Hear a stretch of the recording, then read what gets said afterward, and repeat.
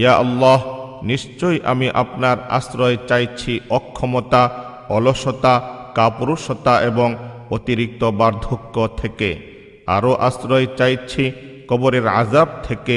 আরও আশ্রয় চাইছি জীবন ও মৃত্যুর ফিতনা থেকে। পরিচ্ছেদ: গুনাহ এবং ঋণ থেকে আল্লাহর আশ্রয় চাওয়া। হাদিস 5928।